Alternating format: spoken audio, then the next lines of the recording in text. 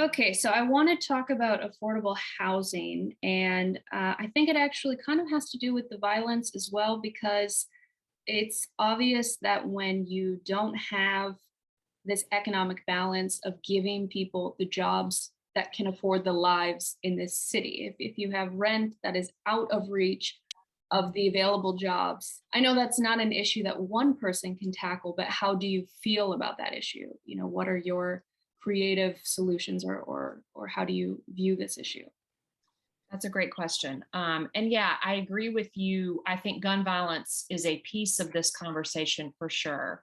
And I'll just say, gun violence isn't caused by guns, in my opinion. It's caused by those root causes of inequality, of poverty, of lack of access to resources, and lack of opportunity.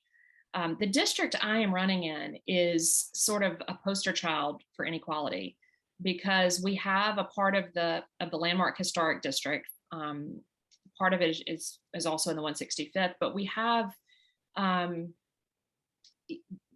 the housing in the historic district is beyond the reach of the wealthiest Savannians for the most part. This isn't just that middle and middle class and below Savannians can't afford to live there. Hardly anyone in Savannah can afford those prices at this point. And so, I mean, definitely there is an affordable housing piece of this. We have persistent poverty in this community. And so, that inequality is so stark here. And so the question is, well, what do we do about that? Some of these are forces driving up the cost of housing, and some of this is lack of jobs that pay a livable wage. I'd like to see us diversify our economy more to the extent we can.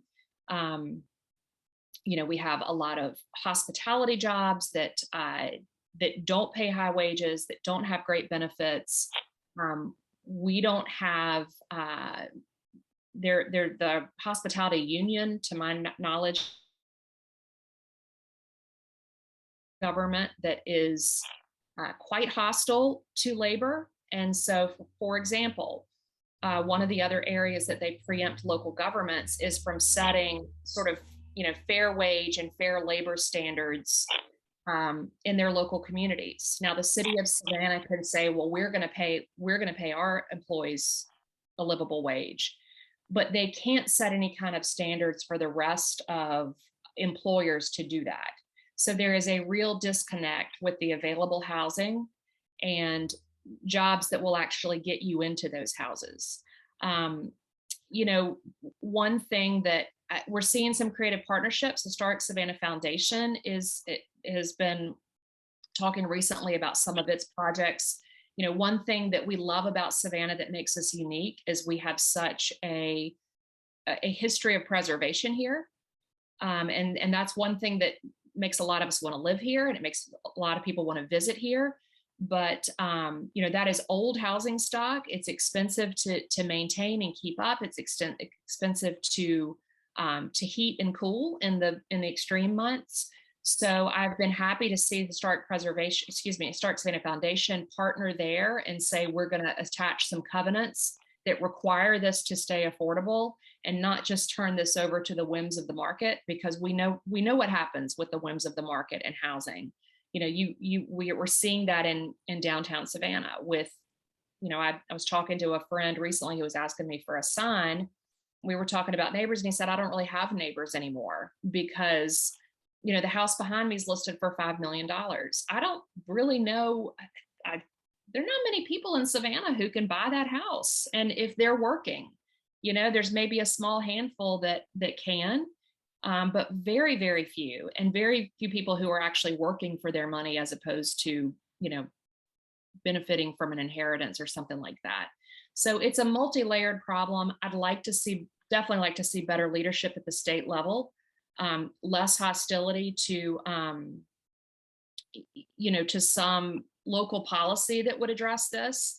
One other thing that's going on in the state is we're seeing a real, more and more our population is located in our cities, and our rural areas are losing population. And so, rural legislators have a lot of sway in the General Assembly, but we are the ones living with these problems in the city. I knew somebody who wanted to move back to Savannah. She'd lived here previously, moved to Augusta, and she finally gave up on finding any kind of housing that she could afford, because it happens in the, in the purchase market, rental market as well.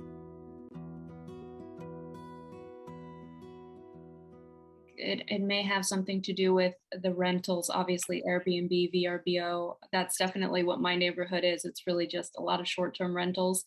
I don't mind it per se, but if you have rental companies that buy more than one property, it makes me sad, to be honest. It's like these beautiful homes are not being lived in by real people. They're just tourist market, and understandably that's what makes the economy strong, is the tourism, but there's this balance that has to be Yeah. struck. And obviously SCAD also buying a lot of properties has a lot to do with the way the city has been shaped.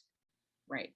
I think, yes, that's true. And I'll just say on the short-term vacation rental issue, I'm not black or white on that one either. I've enjoyed staying in, Airbnbs when I've traveled. I understand the appeal of them.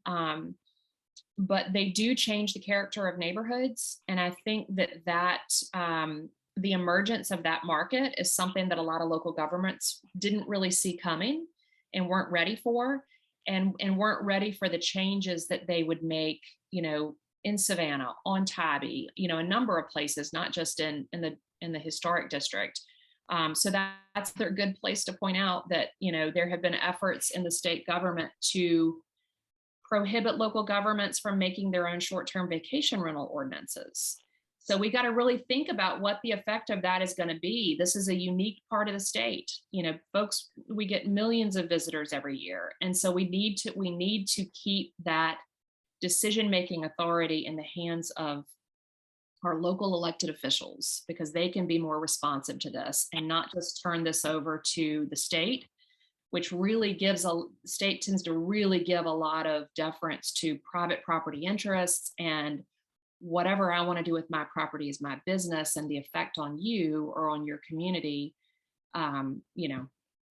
is not my problem, so to speak. I just disagree with that approach. It's something that did not pass 2 years ago, but when it was proposed, but I suspect we're going to see it again.